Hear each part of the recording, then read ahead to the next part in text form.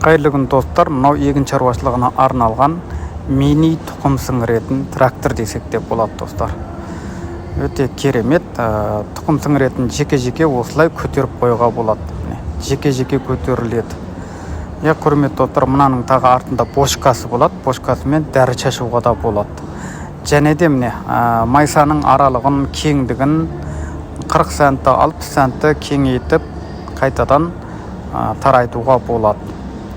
Құрметті достар, осындай хит тауарларды күнделікті көріп отырғыңыз келсе, онда менің парақшамды жоғалта алмай, алдымен тіркеліп алыңыз. Сосын барып алам деп біздің WhatsApp-қа жазсаңыздар болды. Біз сіздерге өзіміз хабарласамыз.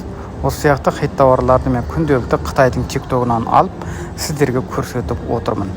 Сізде Қытайдың TikTok-ын үйренгіңіз келсе, пікір аймағына үйренем деп жазсаңыз болды.